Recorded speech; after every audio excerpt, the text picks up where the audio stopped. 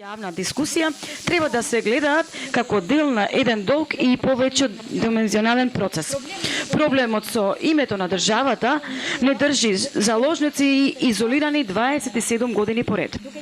Бевме први во процесите за евроинтеграција во регионот, останавме последни, додека граѓаните на државата уморни од ваквата реалност во која сме останале изолирани речиси 3 децени, се повеќе ја напуштаат земјата и за секогаш и некаде во туѓиња барат перспективата што не може да ја најдат во нивната држава. Јасно е дека оваквите уставни измени не се магично стапче, сите проблеми ќе завршат, но сепак отворањето на пат на можностите во НАТО и во ЕУ поминува преку Преспанскиот договор и преку овие нацрт амандмани што ние денеска тука ги дискутираме.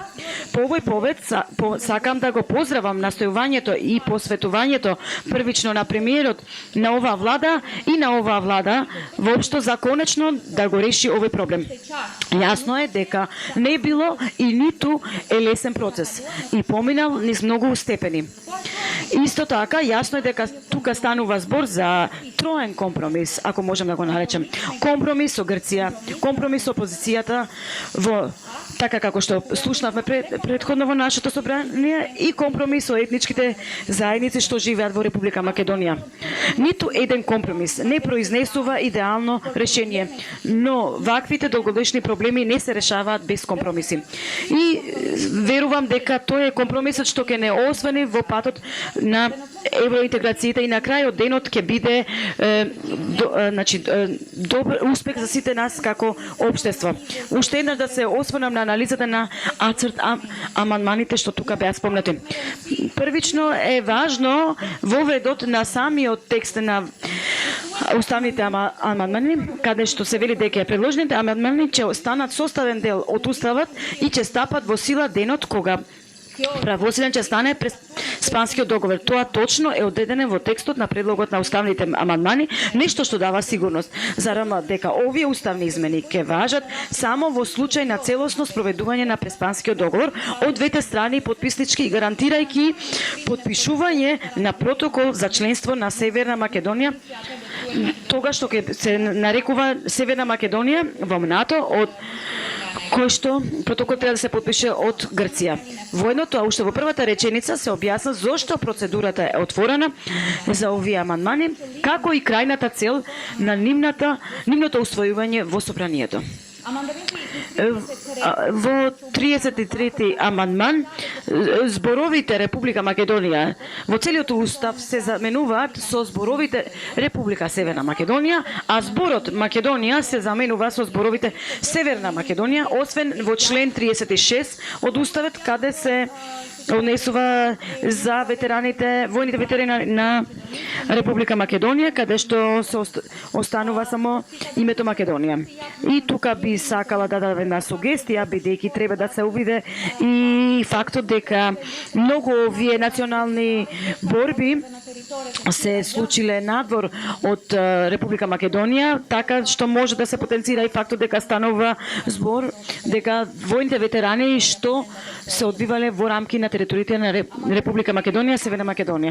Во амандманот 34 се однесуваат на измените на преамбулата на Устава, која досега и врз основа на амандман 4 датира од 2001 година и Охридскиот договор гласаше вака: граѓаните на Република Македонија, македонскиот народ, како и граѓаните кои живеат во незините граници, кои се дел од албанскиот народ, турскиот народ, влашкиот народ, српскиот народ, ромскиот народ, бошњачкиот народ и другите, преземајќи одговорноста за сегашноста и на нивната татковина, свесни и благодарни на своите подреци за жртвите и посветеността на нивните заложби и борба за создавање самостојна и суверена држава, и нивните заложби и борба и одговори на едните генерации од богатото културно наследство и така натаму, во согласно со Крушевската република и одлуките на основ и на референдумот од 8 септември 1991 година одлучија да констатираат Република Македонија како самостојна држава. Тука се три клучни елементи Први не сите знаеме дека не законскиот текст и не дава него има истата законска вредност како што ги имаат уставните амандмани, но тоа е декларација на општеството што создава една држава во однос на нештата кои што се важни за таа држава.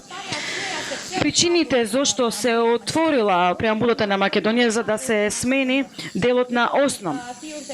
Повикувајќи на тоа што се спомна и претходно дека делот од луките на основ се проблематични што се однесува на барањето на Грција, за да имаме одлуки кои што не се идентистички и сепаратистички. Затоа сега предложениот амандман подразбира дека зборовите одлуките на АСНОМ се заменуваат со зборовите прогласот од првото заседание на АСНОМ до македонскиот народ за одржаното заседание на АСНОМ. Што се однесува на ова текстуално решение, може би е подробно, според мое мислење, на место повторувањето што сега го има во текстот на амандманот, да пишува само прогласот од првото заседание на АСНОМ како правна одлука. Исто, да не се повтори тоа што е декларација кон македонскиот народ и така натаму, бидејќи во АСНОМ не учествува само македонскиот народ, туку и другите етнитети во земјата. Уште во времето во 1945 година. Мислам дека тоа не е голем проблем и тоа ќе го опростеше таквиот амандман без да се повторат многу нешта. Исто така, амандман 34, како што спомна и господинот Шекеринска, по референдумот 8 септември да се додаде и Охридскиот рамковен договор, како што спомна господинја Шекеринска, дека се отиде и по Преспанскиот договор да се додаде како конститутивен текст во Уставот на Република Македонија. Го поздравувам овој чекор и мислам дека е многу значен. Охридскиот договор е дел од Уставот, но да се спомне како тако во преамбулата на Уставот како конститутивен текст за тоа што е Македонија денес. И е факт, Охридскиот договор го направила Македонија подобра држава, го направил Уставот подобар устав со подобри права за граѓаните на Република Македонија. Имам само една забелешка што се однесува на логичното дефинирање, бидејќи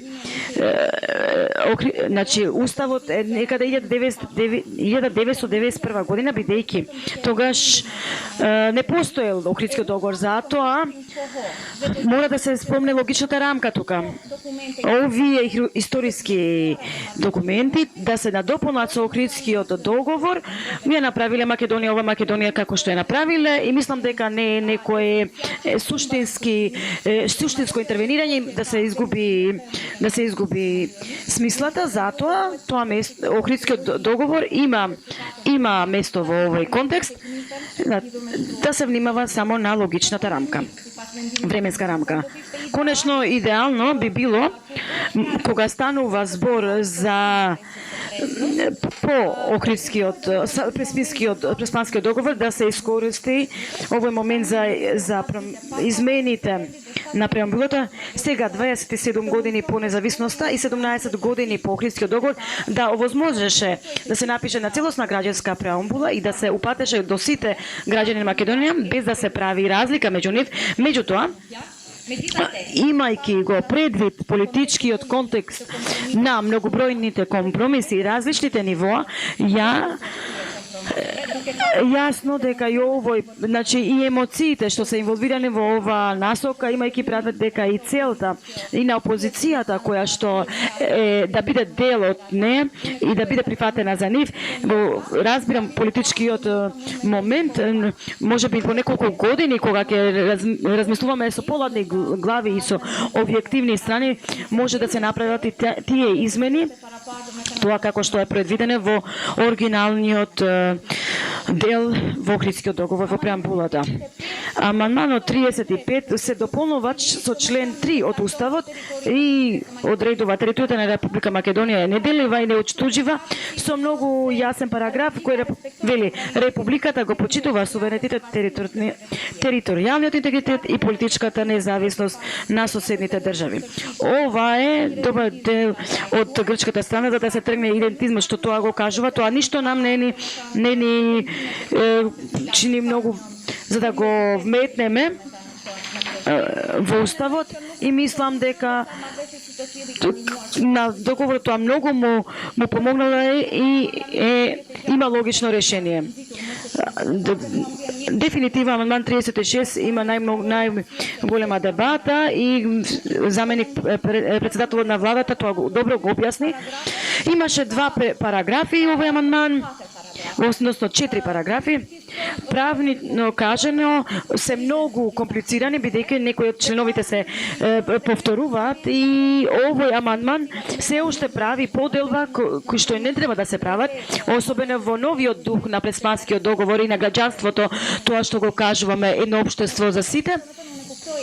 Зато и тука го разбирам политичкиот компромис што е направено со опозицијата, но мислам дека Републиката треба да гарантира право, сите права на диаспората што и напредува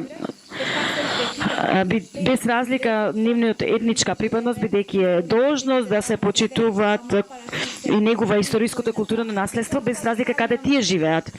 И има еден дел каде што велиме државјаните на Република Македонија, знаеме дека дел од диаспората не се државјани на Република Македонија, но битно е нивните врски да се зачуваат од татковината. Како што се спомнува во сите образложенија на овие предложени амандмани од владата, нивната главна цел да се спроведе целосно Преспанскиот договор и да се отвори патот на Европската унија и НАТО. Треба да се поздрави овој договор, треба да се поздрави силно да се подржи, зашто тој му става крај на изолирањето од 27 години на државата. И нема идеален устав, а уставите не се свети книги. Секогаш може да се коригират и да станат подобри. Но историските моменти и можностите кои еднаш само доаѓаат, не треба да се испуштат. Сите овие години е изгубено многу време и енергија. Конечно е време овој проблем што не држал во застој толку години, еднаш за секогаш да се реши и да не остане товар на идните генерации. Нашите студенти и сите останати кои што имат право за подобра иднина од тоа што ја имат сега. Ви благодарам.